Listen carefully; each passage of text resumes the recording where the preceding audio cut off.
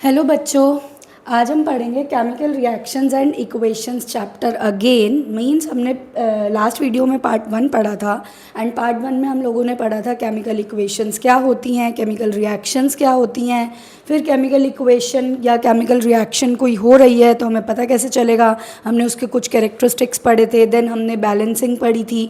अब आज हम इस वीडियो में पढ़ेंगे कि और इक्वेशन के बारे में हम और ज़्यादा कैसे जान सकते हैं, how to make equations more informative. तो विदाउट एनी डिले हम अपनी वीडियो स्टार्ट करते हैं और अपने टॉपिक पे आते हैं।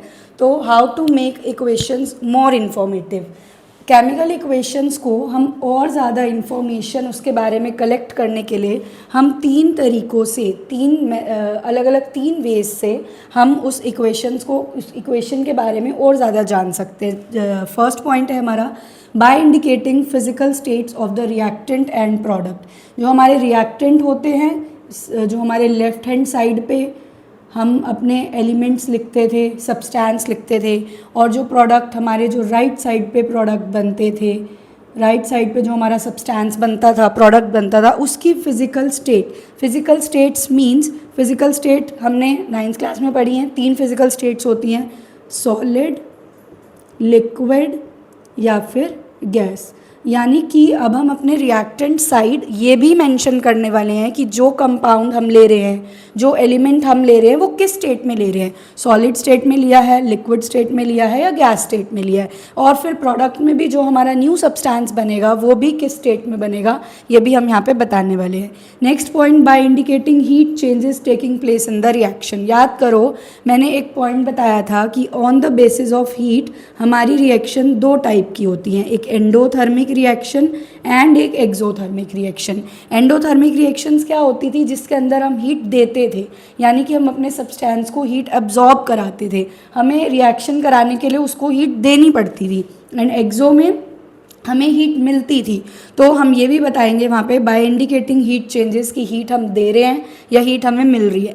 Next point, by indicating conditions under which reaction take place. Conditions हमें क्या देनी पड़ रही है कुछ रिएक्शंस को कराने के लिए। अब कुछ रिएक्शंस ऐसी होती हैं जो कहती हैं कि भाई हम सिंपल सादे तरीके से हम नहीं प्रोसीड करने वाले, हमें कुछ कंडीशंस चाहिए, हमें कुछ हीटिंग प्रॉपर टेम्परेचर चाहिए हीटिंग के लिए, या हमें हीट चाहिए, या हमें इलेक्ट्रिसिटी चाहिए, या हमें लाइट चाहिए रिएक्शन को कराने के लिए। तो वो होती हैं कंडीशंस कि हमें कुछ ना कुछ चाहिए तभी हम आगे प्रोसेस करेंगे, वरना हम प्रोसेस नहीं करेंगे। सिंपल से अगर मैं यहाँ पे कुछ भी मान लो मैंने mg रख दिया, अब क्या ये mg रखा रखा अपने आप से रिएक्शन करेगा? नहीं, इसको कुछ ना कुछ कंडीशन चाहिए होंगी, जो कंडीशंस मिलने के बाद ही ये रिएक्शन हो पाएगी। तो वो हम पढ़ेंगे इस थर्ड पॉइंट में, by indicating conditions under which reaction taking place. कुछ एग्जाम्पल्स देखते हैं इन तीनों पॉइंट्स के और फिर एग्जाम्पल के साथ था by indicating physical states of reactant and product.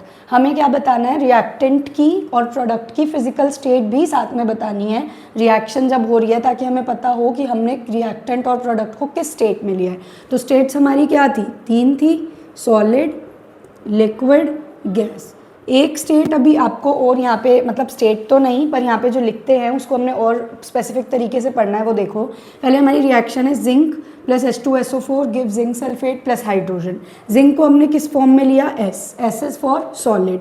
H2SO4 को किस स्टेट में लिया, एक्वस। अब एक्वस क्या होता है, जब हम किसी चीज़ को पानी में मिक्स करके उसका सॉल्यूशन बना देते हैं, यानी कि हमने H2SO4 लिया, अब ये डायरेक्ट H2SO4 नहीं लिया, कंसनट्रेटेड फॉर्म में नहीं लिया, इसको पहले पानी में मिला के इसका सॉल्यूशन बनाया, इसको डाइल्यूट किया, तो उसको बोलेंगे हम एक्वस। उसको हम क्या बोलेंगे, एक्वस। और फिर हमें मिला जिंक सल्फेट, ये भी अगेन एक्वस फॉर्म में मिला, और हाइड्रोजन हमें मिला गैस। तो ये हमारा फर्स्ट पॉइंट था, by indicating physical states of reactant and product. ये हमारे रिएक्टेंट थे लेफ्ट हैंड साइड वाले एंड ये थे प्रोडक्ट। और हमने रिएक्टेंट में भी स्पेसिफिक बता दिया कि हमने उसको सॉलिड में लिया है, लिक्विड में लिया है, गैस में लिया है, या changes taking places in the reaction. अब हमें रिएक्शन में ये बताना है कि हीट चेंजेस कैसे हो रहे हैं, हम हीट दे रहे हैं यानी एब्जॉर्ब करा रहे हैं, या हीट हमें मिल रही है, इवॉल्व हो रही है। तो देखो, कार्बन को जब हम बर्न करते हैं in the presence of oxygen, तो हमें हीट बाहर रिलीज हुई मिलती है। तो ये कौन सी रिएक्शन होगी, एक्सोथर्मिक, क्योंकि हीट यहाँ पे हमारी क्या हो रही है, इवॉल्व हो रही है। ठीक है। और नाइट्रोजन को जब हम ऑक्सीजन की प्रेजेंस में हीट कराते हैं तो हमें हीट देनी पड़ती है, यानी हमें हीट क्या करानी पड़ती है, एब्जॉर्ब करानी पड़ती है। तो ये कौन सी रिएक्शन है, एंडोथर्मिक रिएक्शन। इसके अलावा burning of natural gas, respiration, ये भी दोनों हमारी एक्सोथर्मिक आएंगी क्योंकि इसमें भी हीट हमारी रिलीज होती है। देखो जैसे CH4 प्लस ऑक्सीजन, जब CH4 और ऑक्सीजन को जब हम ऑक्सीजन की प्रेजेंस में जब इसको हीट करेंगे तो हमें क्या मिलेगा, CO2 H2O एंड एनर्जी। तो एनर्जी हमारी क्या हुई, रिलीज हुई। तो ये भी हमारी बर्निंग ऑफ नेचुरल गैस भी क्या है, एक्सोथर्मिक रिएक्शन। ऐसे ही रेस्पिरेशन, रेस्पिरेशन तो सबको पता ही है, food plus oxygen gives CO2 plus H2O plus energy. तो रेस्पिरेशन भी एक्सोथर्मिक है। फोटोसिंथेसिस, फोटोसिंथेसिस में हमें सन से सनलाइट लेनी पड़ती है ना, सन से हमें सोलर एनर्जी लेनी पड़ती है, तब हमारी रिएक्शन होती है। हम क्या करते हैं, CO2 लेते हैं एयर से, water plus sunlight, sunlight means solar energy लेते हैं सन से by the help of chlorophyll, और क्या बन जाता है, C6H12O6 प्लस O2। तो ये सनलाइट हमें लेनी पड़ रही है, यानी हीट एनर्जी हमारी यहाँ पे एब्जॉर्ब हो रही है। तो ये वाली रिएक्शन भी किसके अंदर आएगी, हमारी एंडोथर्मिक रिएक्शन में। हमें कंडीशंस बतानी है कि कौन कौन सी कंडीशंस देनी पड़ रही हैं तब हमारी रिएक्शन हो पा रही है। अब कुछ हमारे जो कंपाउंड्स होते हैं ना वो बहुत ही ढीठ होते हैं, मतलब कि वो कहते हैं हम तो रिएक्शन नहीं करेंगे जब तक हमें हमारी चीज़ें फुलफिल नहीं करोगे, जब तक हमें हमारी कंडीशंस नहीं दोगे। तो जैसे KClO3 एक है जिसको क्या करना पड़ता है, ये डेल्टा का मीन्स है हीट, ये डेल्टा, ये जो ट्राइंगल साइन मैंने बनाया है इसको डेल्टा बोलते हैं और इसका मीनिंग होता है हीट। तो इसको हीट करना पड़ेगा तभी ये KCl और O2 बनाएगा, प्लस इसको साथ में MnO2 भी देना पड़ेगा हमें। वो कह रहा है कि जब मुझे MnO2 मिलेगा तभी मैं ये रिएक्शन करूँगा। तो MnO2 क्या है, ये कैटलिस्ट है।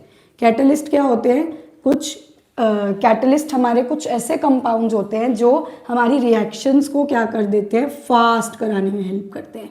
ये रिएक्शन को क्या करते हैं, फास्ट कराने में हेल्प करते हैं, हमारी जल्दी जल्दी से रिएक्शन हो जाए, उनको हम बोलते हैं कैटलिस्ट। तो कुछ रिएक्शंस में हमारी हीट कंडीशंस होंगी, कुछ में कैटलिस्ट देने पड़ेंगे, कुछ में एक प्रॉपर टेम्परेचर देना पड़ेगा, कुछ में हीट, कुछ में लाइट, कुछ में इलेक्ट्रिसिटी। तो ये सब कंडीशंस होती हैं।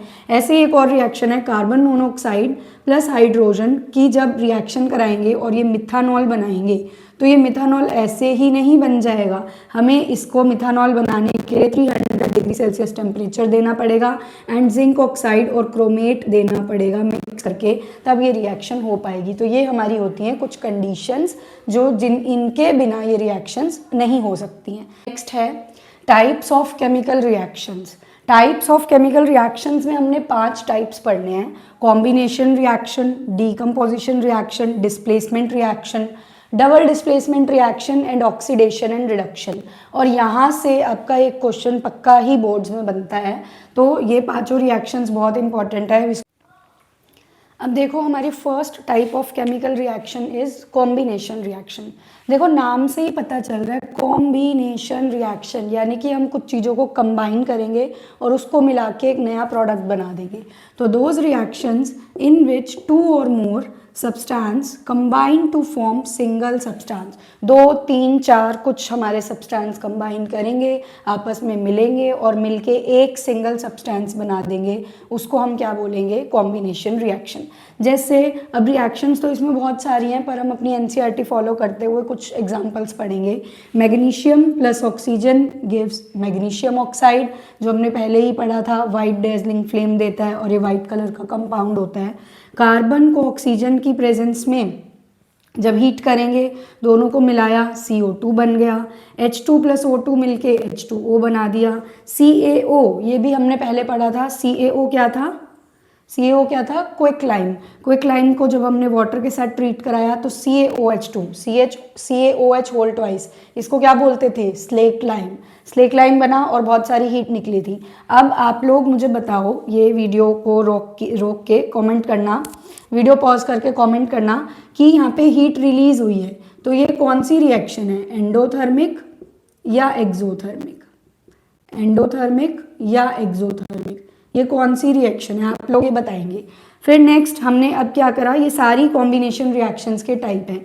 इसमें क्या कर रहे हैं, 2 कंपाउंड्स को मिला रहे हैं, 2 सब्सटेंस को मिला रहे हैं और एक कंपाउंड हमारा बन रहा है। अब ये जो CaO और H2O ने मिलके स्लेक लाइन बनाया, ये स्लेक लाइन हमारा कहाँ यूज होता है, this slake lime is used for white washing. ये स्लेक लाइन हम यूज करते हैं वाइट वॉशिंग के लिए। और वाइट वॉशिंग कर दी, अब हमने दीवारों पे लगा दिया, इसको हमने कैल्शियम ऑक्साइड को पानी में मिला के हमने लगा दिया, CaOH2 जो बना इसकी हमने वाइट वॉशिंग करा दी। अब ये CaOH2 दीवार पे लगा जब हवा से इसको, एयर से इसको CO2 मिलेगी तो ये क्या बना देगा, CaOH2 और CO2 मिलके क्या बना देगा, CaCO3, कैल्शियम कार्बोनेट। और इस कैल्शियम कार्बोनेट की वजह से वाइट वॉशिंग के 2-3 दिन बाद हमारी जो वॉल्स होती हैं वो शाइन करती हैं। जो वॉल्स होती हैं वो शाइनिंग अपीयरेंस क्यों देती हैं, due to presence of this CaCO3। इस कैल्शियम कार्बोनेट के फॉर्मेशन की वजह से जो हमारी वॉल्स होती हैं वो शाइन करती हैं। ठीक है, अब ये दोनों रिएक्शन जो हैं ये इंपॉर्टेंट है। यहाँ में क्या होगा, जो हमारा सब्सटेंस है वो डीकम्पोज होगा और डीकम्पोज होके 2 या 3 नए सब्सटेंस बन जाएंगे प्रोडक्ट में। तो those reactions in which a compound splits up into 2 or more simpler substance, एक कंपाउंड है वो टूटेगा into 2 या 2 से ज़्यादा सिंपल सब्सटेंस में। जैसे हमने एक एग्जांपल लिया CaCO3 को सॉलिड फॉर्म में लिया और CaCO3 को बोलते हैं लाइमस्टोन। वैसे केमिकल नेम है कैल्शियम कार्बोनेट, और लाइमस्टोन के अलावा हम इसको चौक भी बोल सकते हैं, मार्बल भी बोल सकते हैं, और एग शेल्स में भी ये प्रेजेंट होता है। तो ये चारों नाम इसी के हैं। अगर लाइमस्टोन, चौक, मार्बल, एगशेल किसी भी नाम से कंपाउंड आ रहा है तो वो CaCO3 ही है। उसको हीट किया, CaO बना, CO2 बना, तो ये डिकम्पोजिशन रिएक्शन है। एक हमारा सब्सटेंस डीकम्पोज होके 2 या 3 नए सब्सटेंस बना रहा है। KClO3 को हीट किया, KCl बना प्लस O2 बना। इसमें भी क्या हुआ, एक सब्सटेंस था KClO3, पोटेशियम क्लोरेट, उसको हीट करा तो पोटेशियम क्लोराइड और ऑक्सीजन बना। तो ये हमारे एग्जांपल्स है डीकम्पोजिशन रिएक्शंस के। अब कुछ एक्टिविटीज देखेंगे जो NCERT में दी हुई हैं। 4 है कि फेरस सल्फेट के क्रिस्टल्स लेने हैं, और फेरस सल्फेट के क्रिस्टल्स जो होते हैं वो हमें हाइड्रस फॉर्म में मिलते हैं 7H2O के साथ। इसका कलर होता है ग्रीन। फिर इसको जब हमने हीट किया तो ये FeSO4 प्लस 7H2O बन जाएगा। और फिर हीट तो कॉन्टिन्यूएशन में चल ही रही है, तो फिर FeSO4 को फर्दर हीट किया तो बनेगा Fe2O3 plus SO2 and SO3। ये जो FeSO4 है ये ग्रीन कलर से हमारा चेंज हो जाएगा रेडिश ब्राउन कलर में। ये हमारी NCERT में एक्टिविटी है, एक्टिविटी 1.4। और जो SO2 और SO3 साथ में प्रोड्यूस होगा, ये एक बर्निंग स्मेल ऑफ सल्फर इसके अंदर साथ में आएगी। तो ये रिएक्शन बहुत ही इम्पोर्टेंट है, ये बहुत बार क्वेश्चन आया हुआ है। और इसको हीट दे रहे हैं, डीकम्पोजिशन का ही एग्जांपल है। FeSO4 को हीट किया, Fe2O3, SO2 एंड SO3 बना है PbNO3, और इसको हीट करेंगे। PbNO3 होल ट्वाइस को हीट करेंगे तो हमारा क्या फॉर्म होगा, PbO NO2 एंड O2। और ये जो NO2 होता है इसके फ्यूम्स निकलते हैं, ब्राउन फ्यूम्स। ठीक है, तो ये भी एक एक्टिविटी दी हुई है NCERT में एंड इम्पॉर्टेंट है और इससे क्वेश्चन भी आता है। तो PbNO3 होल ट्वाइस को फिर अगेन क्या किया है, हीट किया है, PbO NO2 एंड O2 हमारा फॉर्म हुआ है। तो ये भी हमारा डीकम्पोजिशन रिएक्शन का एक एग्जाम्पल है। अब जो हमारी डीकम्पोजिशन रिएक्शन है, ये डीकम्पोजिशन रिएक्शन के 3 टाइप्स हैं। अब हमें कोई भी रिएक्शन करानी है, कोई भी रिएक्शन हमें करानी है तो हमें उसको कुछ ना कुछ एनर्जी देनी पड़ेगी। कोई भी रिएक्शन कराने के लिए हमें उसको क्या देनी पड़ती है, एनर्जी देनी पड़ती है। तो अब अगर हम ये एनर्जी उसको 3 फॉर्म में दे सकते हैं, एक हीट की फॉर्म में, इलेक्ट्रिसिटी की फॉर्म में एंड लाइट की फॉर्म में। तो जब हम हीट की फॉर्म में एनर्जी देते हैं तो हीट की फॉर्म में एनर्जी को हम क्या बोलते हैं? थर्मल डीकम्पोजिशन या फिर थर्मोलिसिस। ठीक है, जब हम इलेक्ट्रिसिटी की फॉर्म में एनर्जी देते हैं तो उसको हम बोलते हैं इलेक्ट्रोलिसिस या फिर इलेक्ट्रोलिटिक रिडक्शन। लाइट की फॉर्म में जब हम उसको एनर्जी देते हैं तो हम बोलते हैं फोटोलिसिस या फिर फोटोकेमिकल रिडक्शन। ठीक है, तो डीकम्पोजिशन रिएक्शन करानी है, हमें एनर्जी देनी पड़ेगी और एनर्जी हम 3 फॉर्म में दे सकते हैं, आइदर हीट, इलेक्ट्रिसिटी या फिर लाइट। हीट देंगे तो उसको बोलेंगे थर्मल डीकम्पोजिशन, इसको बोलेंगे इलेक्ट्रोलिटिक डीकम्पोजिशन, इसको बोलेंगे फोटोलिटिक डीकम्पोजिशन या फोटोलाइसिस या इलेक्ट्रोलाइसिस। तो अब हम इन तीनों को अब डिटेल में पढ़ते हैं। हीट तो हमने पढ़ ली है सारी, हीट के हमने एग्जाम्पल पढ़ लिए। सिंपल हीट दे रहे हैं, CaCO3 CaO CO2 बना था, PbNO3 whole twice PbO NO2 O2 बना था, और एक और हमने कौन सी पढ़ी है अभी, FeSO4 को हीट करा तो Fe2O3 SO2 और SO3 बना था। अब देखते हैं हम इलेक्ट्रिसिटी वाली कि इलेक्ट्रिसिटी से पोजीशन किसकी हेल्प से कराएंगे?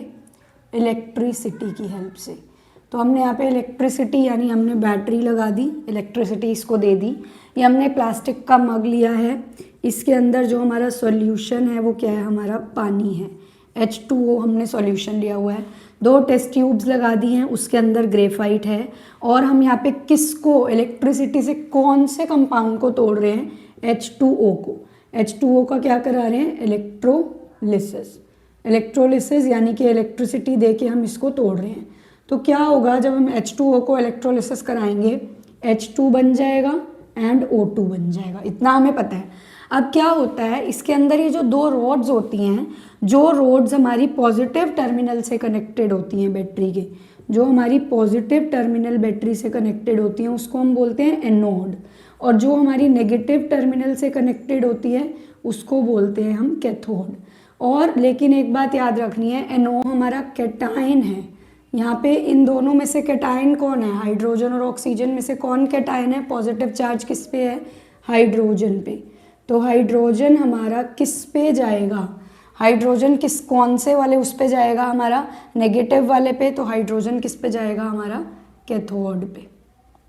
ठीक है, और अनायन क्या है यहाँ पे? हमारा ऑक्सीजन। तो ऑक्सीजन कौन सी रोड पे चला जाएगा? एनोड पे। ठीक है, क्या याद रखना है हमें? इसके 2 आयंस बने, पॉजिटिव नेगेटिव। पॉजिटिव वाला कहाँ चला जाएगा? कैथोड पे। नेगेटिव वाला ऑक्सीजन कहाँ चला जाएगा? एनोड पे। तो देखो ये हाइड्रोजन कहाँ चला गया? हमारा इस वाली रोड पे, और ये वाली रोड थी कैथोड। और ऑक्सीजन कहाँ चला गया? हमारा इस वाली रोड पे। ये कौन सी रोड थी? एनोड। यहाँ पे हमने स्विच लगाया हुआ था क्योंकि यहाँ पे करंट पास करा रहे थे, बैटरी लगी हुई थी। ये मैंने ऑलरेडी बता दिया, ग्रेफाइट था। हमने प्लास्टिक का मग लिया हुआ है, ये टेस्ट ट्यूब्स हैं, और यहाँ पे रबर स्टॉपर लगा दिया ताकि ये इसमें खुल ना जाए, बंद करने के लिए यहाँ पे रबर स्टॉपर लगा दिया।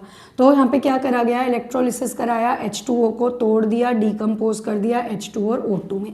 अब क्या होता है यहाँ पे, हम इसको जब बैलेंसिंग करते हैं तो ये इस तरीके से बैलेंस होती है, यानी कि हमारा वॉल्यूम ऑफ गैस कितना कलेक्ट हुआ यहाँ पे। अगर हम यहाँ पे वॉल्यूम की बात करें, वॉल्यूम ऑफ गैस, तो 2:1, यानी 2 यहाँ पे हमारा वॉल्यूम है हाइड्रोजन का और 1 वॉल्यूम है ऑक्सीजन का। ये भी पूछा जाता है क्वेश्चन, इसलिए मैंने यहीं पे बता दिया है कि volume of gases collected at anode और कैथोड। एनोड पे कितना हो जाएगा? हमारा 1, और कैथोड पे कितना हो जाएगा? 2। ठीक है, इसके बाद अब हमारी last type of decomposition reaction बची है, जो कि है लाइट की हेल्प से, यानी कि फोटोलिटिक डीकम्पोलिटिक। फोटो मीन्स लाइट, यानी कि हम यहाँ पे अपना डीकम्पोजिशन कंपाउंड का किसकी हेल्प से करेंगे? लाइट की हेल्प से, एंड दैट इज सनलाइट।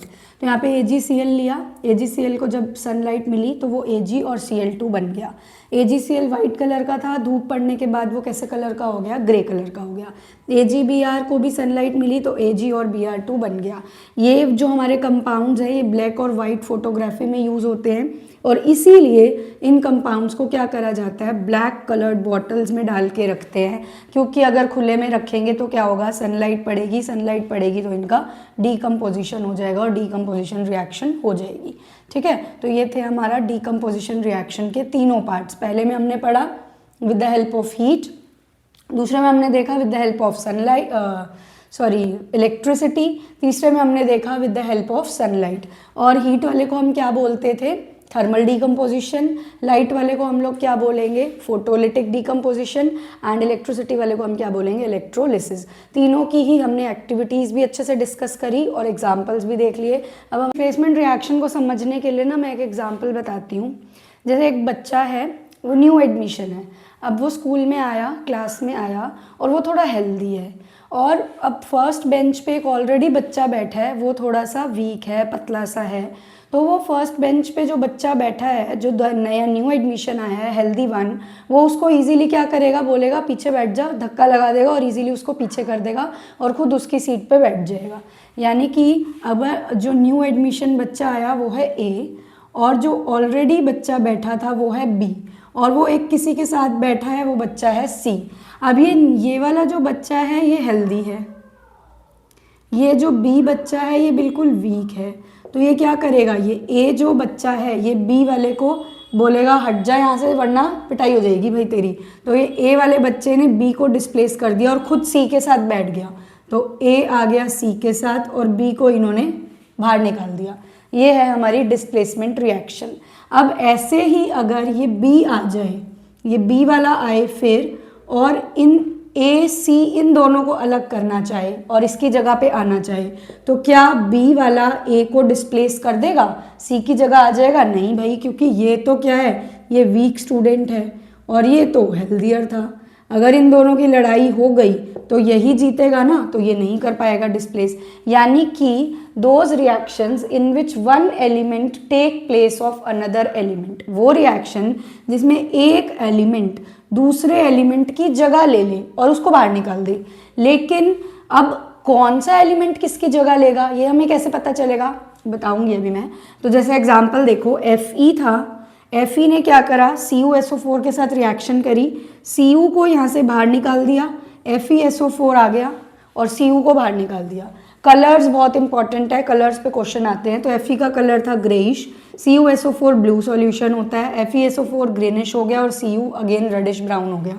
एक और एग्जांपल देखो जिंक वाला, जिंक सिल्वरी वाइट था, CuSO4 के साथ रिएक्शन करी, जिंक सल्फेट Cu बना, जिंक ने क्या करा, Cu को बाहर निकाल दिया, जिंक सल्फेट बन गया, Cu बाहर निकल गया। ठीक है, lead plus CuCl2, lead Cu की जगह आ गया PbCl2 और Cu बाहर निकल गया।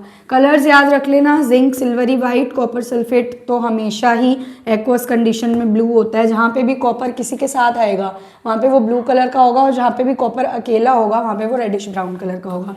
तो यहाँ पे कॉपर अकेला है तो यहाँ पे रेडिश ब्राउन। ठीक है, अब how do we get to know कि कौन किसको डिस्प्लेस कर सकता है। अब यहाँ पे मैंने बताया आयरन ने कॉपर को तो बाहर निकाल दिया, आयरन सल्फेट एंड कॉपर बन गया, लेकिन अगर इस आयरन की जगह कॉपर होता और कॉपर सल्फेट की जगह फेरस सल्फेट होता या आयरन सल्फेट होता, तो क्या ये कॉपर आयरन को धक्का लगा सकता था? तो ये हमें कैसे पता चलेगा, ये हमें पता चलेगा रिएक्टिविटी सीरीज से। अब रिएक्टिविटी सीरीज मैं आप लोग को बताती हूँ क्या होती है, फिर उससे आपको इजीली पता चल जाएगा कि कौन किसको डिस्प्लेस कर सकता है और कौन किसको डिस्प्लेस नहीं कर सकता। हमें इनमें एलिमेंट्स में हमें तो नहीं पता चलेगा ना कौन सा हेल्दियर वन है, कौन सा वीक है, कौन सा किसकी जगह पे आ सकता है, कौन सा नहीं आ सकता। तो ये हमें एक सीरीज याद रखनी होगी, रिएक्टिविटी सीरीज, उससे हमें पता चल जाएगा कि कैसे हम किस एलिमेंट, कौन सा एलिमेंट किसको डिस्प्लेस कर सकता है रिएक्टिविटी सीरीज से। तो रिएक्टिविटी सीरीज क्या कहती है, एक हमें ऑर्डर देती है मेटल्स का, the arrangement of metals in a vertical column in order of decreasing reactivity. हमें ना रिएक्टिविटी घटते क्रम में एक ऑर्डर दिया हुआ है, सबसे ऊपर आएगा मोस्ट रिएक्टिव मेटल और सबसे नीचे आएगा लीस्ट रिएक्टिव मेटल।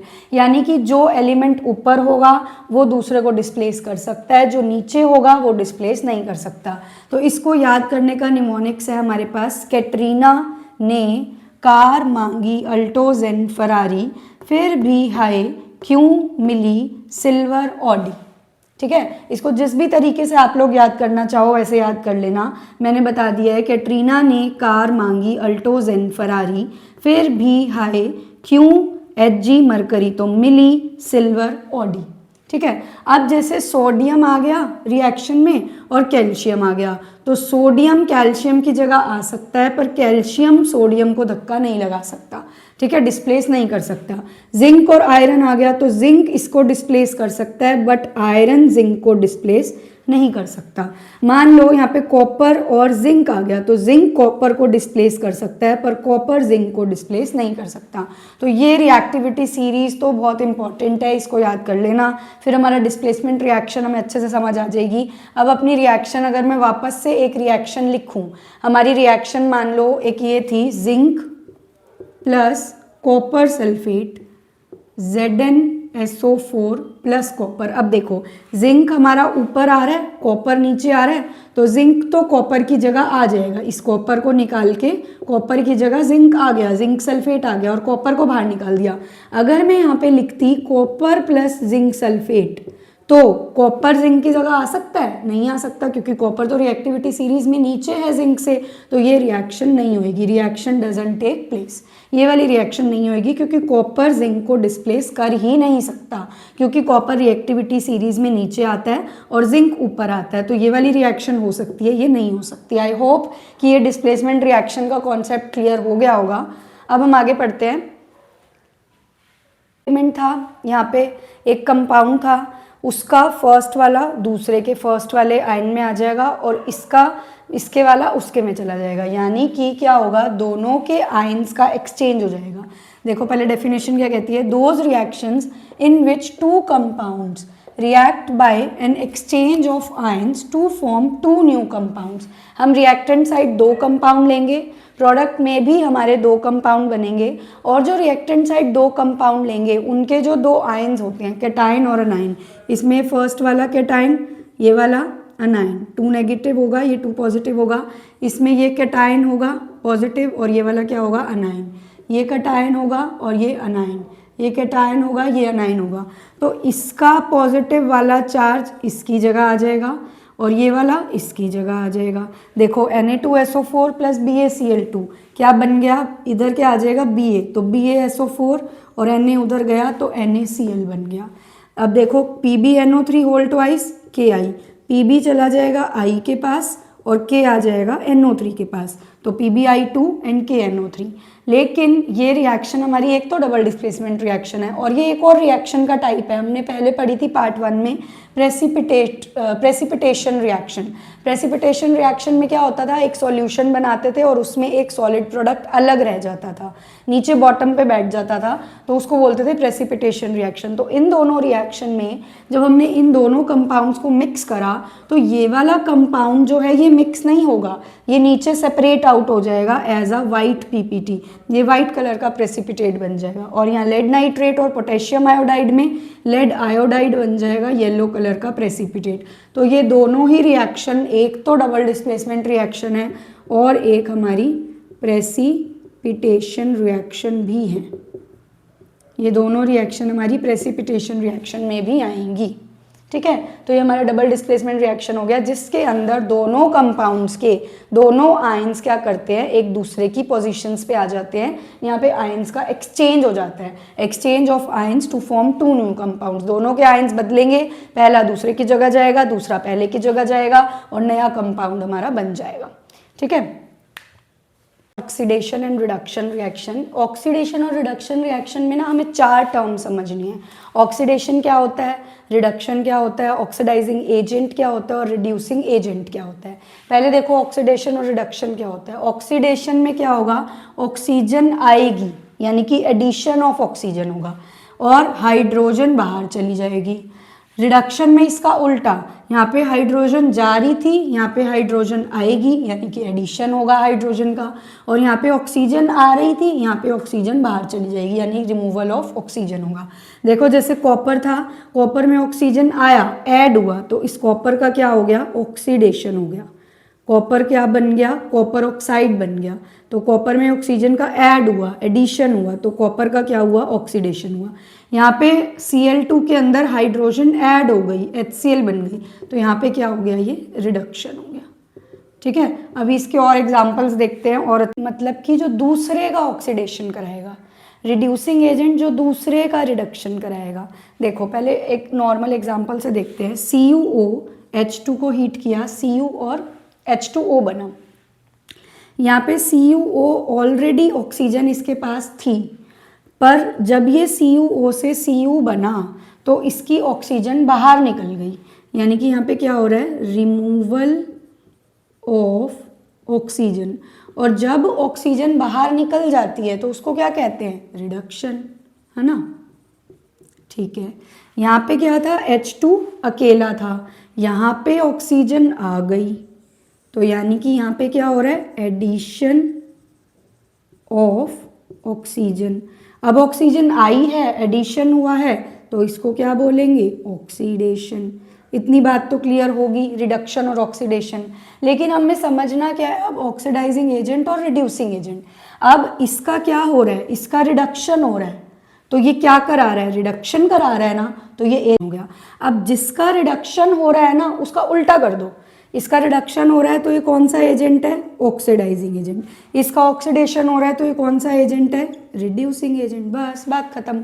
हमें क्या बताना है, लेफ्ट साइड वालों को बताना है, राइट साइड वालों को हमें आंसर में नहीं लेके आना। हमें सिर्फ यहाँ पे क्या देखना है, CuO था, ऑक्सीजन बाहर निकल गई, रिडक्शन हुआ, रिडक्शन हुआ तो एजेंट उल्टा कर दो, ऑक्सीडाइजिंग एजेंट। H2 था, ऑक्सीजन आ रही थी, ऑक्सीडेशन हुआ, ऑक्सीडेशन हुआ तो एजेंट उल्टा कर दो, रिड्यूसिंग एजेंट। अब ये वाला देखो, H2S था, H2S से ये S बना, यानी कि यहाँ पे हाइड्रोजन बाहर निकल रही है, तो removal of hydrogen means, removal of hydrogen क्या होता है, ऑक्सीडेशन। पर यहाँ पे क्या हो रहा है, हाइड्रोजन ऐड हो रही है, एडिशन ऑफ हाइड्रोजन, ये हो गया रिडक्शन। अब ये हमारा ऑक्सीडेशन हुआ तो ये एजेंट क्या हो गया, रिड्यूसिंग एजेंट। ये क्या हुआ, रिडक्शन हो रहा था तो एजेंट क्या हो गया, ऑक्सीडाइजिंग एजेंट। ठीक है, एक और एग्जाम्पल देख लेते हैं। 2 + HCl MnCl2 Cl2 H2O। MnO2 से जब MnCl2 बना तो ऑक्सीजन क्या हुई, यहाँ पे रिमूवल ऑफ ऑक्सीजन, यानी कि क्या हो गया, इसका रिडक्शन हो गया। ठीक है, HCl में क्या थी, हाइड्रोजन ऑलरेडी थी, पर हाइड्रोजन बाहर निकल के यहाँ पे ऑक्सीजन आ गई, यहाँ पे एडिशन हो गया ऑक्सीजन का, तो इसका क्या हो गया, हमारा ऑक्सीजन ऐड हुई, तो ये क्या हो गया, ऑक्सीडेशन हो गया। अब इसका रिडक्शन हुआ है तो ये एजेंट कौन सा हो गया, ऑक्सीडाइजिंग एजेंट। इसका ऑक्सीडेशन हुआ है तो ये एजेंट कौन सा हो गया, रिड्यूसिंग एजेंट। अब अच्छे से समझ आ गया होगा, oxidation, reduction, oxidising agent and reducing agent. इसके अलावा एक और टर्म है हमारी, रिडॉक्स रिएक्शन। रिडॉक्स रिएक्शन क्या होती है, वो रिएक्शन जिसके अंदर ऑक्सीडेशन भी हो रहा हो और रिडक्शन भी हो रहा हो, दोनों साइमल्टेनियसली हो रहे हो, दोनों साथ में हो रहे हो, तो उस रिएक्शन को बोलते हैं रिडॉक्स। इसके अंदर ऑक्सीडेशन भी हो रहा है, रिडक्शन भी हो रहा है, दोनों एक साथ हो रहे हैं, तो ये हमारी कौन सी रिएक्शन है, रिडॉक्स रिएक्शन। अब देखो effects of oxidation reaction in everyday life. Everyday life में ऑक्सीडेशन के क्या क्या इफ़ेक्ट्स हैं, इसके अंदर हमें दो चीज़ें पढ़नी है, कोरोजन और एक रेंसिडिटी। तो कोरोजन क्या होता है, corrosion is a process in which metal are eaten up gradually by the action of air, moisture और chemical on their surface. Corrosion एक प्रोसेस है जिसमें मेटल के ऊपर हवा की वजह से, मॉइस्चर की वजह से और केमिकल्स की वजह से जंग लग जाता है, उसको हम कहते हैं कोरोजन। जैसे हमने आयरन लिया, एयर से ऑक्सीजन मिली, वाटर, तीनों ने मिलके क्या बना दिया, ये रस्ट। और इसका फॉर्मूला क्या है, 2Fe2O3xH2, नाम है हाइड्रेटेड आयरन 3 ऑक्साइड। इसको हम क्या बोलते हैं, रस्टिंग। इस प्रोसेस को हम क्या बोलते हैं, रस्टिंग ऑफ आयरन। ऐसे ही हम आयरन देख लिया, ऐसे ही हम कुछ और एलिमेंट्स देख लेते हैं, जैसे सिल्वर। सिल्वर को देखा होगा हमने घर पे, हमारे जो ऑर्नामेंट्स होते हैं सिल्वर के, चांदी के कुछ पायल है या कुछ ऐसा, कुछ चांदी का कुछ है आपके घर, तो वो क्या होता है, पड़े पड़े ब्लैक हो जाता है थोड़े टाइम बाद। वो ब्लैक किसकी वजह से होता है, H2S की वजह से। एयर से ये H2S मिलके क्या बना देता है, Ag के साथ Ag2S, और ये Ag2S होता है ब्लैक कलर का कंपाउंड, जिसकी वजह से हमारे जो चांदी की चीज़ें हैं वो ब्लैक हो जाती हैं। कॉपर में क्या होता है, copper plus H2O plus CO2 मिलके बना देते हैं CuCO3 CuOH whole twice. Basic copper carbonate होता है ये, which is green in colour. तो ये कॉपर का इस तरीके से क्या हो जाता है हमें कोरोजन में। कोरोजन हमने पढ़ लिया आयरन में, सिल्वर एंड कॉपर में। अब जो ना हो उसको रोकने के लिए हम क्या स्टेप्स ले सकते हैं, पेंटिंग, ऑयलिंग, ग्रीसिंग या गैल्वेनाइजेशन। पेंटिंग मीन्स हमने कोई मेटल है हमारा, कोई एलिमेंट है, उसके ऊपर पेंट लगा दिया। पेंट लगा दिया तो क्या होगा, वो ऑक्सीजन और मॉइस्चर के कांटेक्ट में नहीं आ पाएगा। अगर ऑक्सीजन और मॉइस्चर के कांटेक्ट में नहीं आ पाएगा तो उसके ऊपर कोरोजन नहीं होगा, रस्ट नहीं लगेगा। ऐसे ही ऑयलिंग, ग्रीसिंग कर देंगे, उसके ऊपर ग्रीस लगा देंगे, ऑयल लगा देंगे, तो क्या होगा, वो हवा और मॉइस्चर और पानी के कांटेक्ट में नहीं आ पाएगा। अगर वो इन सब चीज़ों के कांटेक्ट में नहीं आ पाएगा तो उस पर रस्ट नहीं लगेगा। फिर नेक्स्ट है गैल्वेनाइजेशन। गैल्वेनाइजेशन में क्या होता है, कोटिंग कर दी जाती है जिंक की, कोटिंग कर दी जाती है उसके ऊपर जिंक की। तो जिंक की कोटिंग हो जाएगी तो अगेन वो फिर उसके कांटेक्ट में नहीं आएगा, और उसका जो ऑक्सीडेशन है वो उतनी तेज़ी से नहीं हो पाएगा, उतनी स्पीड से नहीं हो पाएगा जितना वैसे होता है विदाउट जिंक, विदाउट पेंट और बिना ऑयलिंग के। अब वो जो ऑक्सीडेशन है वो धीरे धीरे होगा, और जो वो मेटल्स है वो धीरे धीरे कोरोड होगा, एकदम से ज़्यादा जल्दी से कोरोजन नहीं हो पाएगा। अब नेक्स्ट है हमारा और लास्ट आज का टॉपिक है रेंसिडिटी। रेंसिडिटी क्या होती है, वो कंडीशन जो हमारे फैट्स और ऑयल्स वाले खानों, जैसे कोई फूड है हमारा, उसके अंदर फैट एंड ऑयल होगा। अब उस फैट एंड ऑयल वाले फूड में ऐसी कंडीशन प्रोड्यूस हो जाए ऑक्सीडेशन की वजह से कि वो फूड अब हमारा खाने लायक नहीं रहेगा, उस फूड में से अनप्लेजेंट स्मेल आ रही है और वो फूड अब अनफिट है हमारे लिए, खाने लायक नहीं है, तो उस फूड को हम, उस कंडीशन को हम क्या बोलते हैं, रेंसिडिटी। अब ये रेंसिडिटी ना हो तो हम क्या क्या स्टेप्स ले सकते हैं टू प्रिवेंट रेंसिडिटी। रेंसिडिटी को अवॉइड करने के लिए कौन कौन से स्टेप्स हैं, बाय एडिंग एंटीऑक्सीडेंट्स। हमें क्या कराना है, हमें उसका ऑक्सीडेशन नहीं होने देना।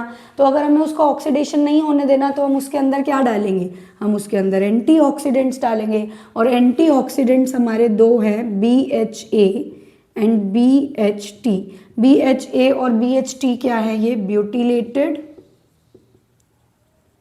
Hydroxy anisole and BHT butylated hydroxy toluene. ठीक है, तो ये दो एंटीऑक्सीडेंट्स हैं हमारे BHA एंड BHT। अगर हम ये अपने फूड्स में डाल देंगे तो क्या होगा, उस पर ऑक्सीडेशन नहीं होगा, ऑक्सीडेशन नहीं होगा तो वो फूड रेंसिड नहीं होगा। Next point is by packaging fat and oil containing food in nitrogen gas. अब हम लेस खाते हैं, कुरकुरे खाते हैं, ये पैकेट फूड्स खाते हैं, उन पैकेट फूड्स में क्या होता है, नाइट्रोजन, और नाइट्रोजन गैस क्या करती है, ऑक्सीडेशन नहीं होने देती। ऑक्सीडेशन नहीं होता तो वो पैकेट्स फूड हमारे इतने इतने टाइम तक चल जाते हैं और वो खराब नहीं होते, रेंसिड नहीं होते। Third point is by keeping food in refrigerator. अगर हम फूड को फ्रिज में रख देंगे तो फ्रिज में क्या होगा, लो टेम्परेचर होगा, लो टेम्परेचर होगा तो ऑक्सीडेशन धीरे होगा, जल्दी से नहीं हो पाएगा, इसलिए हमारा 2-3 दिन 4 दिन खाना चल जाता है। Bye storing food in air tight container. अगर हम फूड को एयर टाइट कंटेनर में रख रहे हैं, एयर टाइट कंटेनर मतलब टाइट पैक वाले डब्बे में रख रहे हैं जिसके अंदर हवा नहीं जा पा रही है, हवा नहीं जा पा रही है तो ऑक्सीजन नहीं जा रही है, ऑक्सीजन नहीं जा रही है तो क्या होगा, ऑक्सीडेशन नहीं होगा, ऑक्सीडेशन नहीं होगा तो वो फूड जल्दी से रेंसिड नहीं होगा। आज की क्लास में हम इतना ही पढ़ेंगे। हमने देखा कि हमने how to make equations more informative, फिर हमने टाइप्स ऑफ केमिकल रिएक्शन पढ़ा जिसके अंदर हमने 5 टाइप्स ऑफ केमिकल रिएक्शन पढ़ी, उसको हमने डिटेल में विद एक्टिविटीज़ डिस्कस करा। फिर हमने ऑक्सीडेशन के इफेक्ट्स पढ़े, कोरोजन एंड रेंसिडिटी। अब आप मुझे बताना कि नेक्स्ट क्लास में हम इस चैप्टर के क्वेश्चन प्रैक्टिस करें या कोई और नेक्स्ट चैप्टर स्टार्ट करें, आप मुझे कमेंट्स करके बताना। और अगर इस चैप्टर में, इस क्लास में कोई भी डाउट हो तो वो भी कमेंट करना, मैं ज़रूर आपका आंसर करूँगी। और आज इतना ही रखते हैं बस, दैट्स ऑल फॉर टुडे। हमारा फर्स्ट चैप्टर आज ख़त्म हो गया है। Thanks for watching.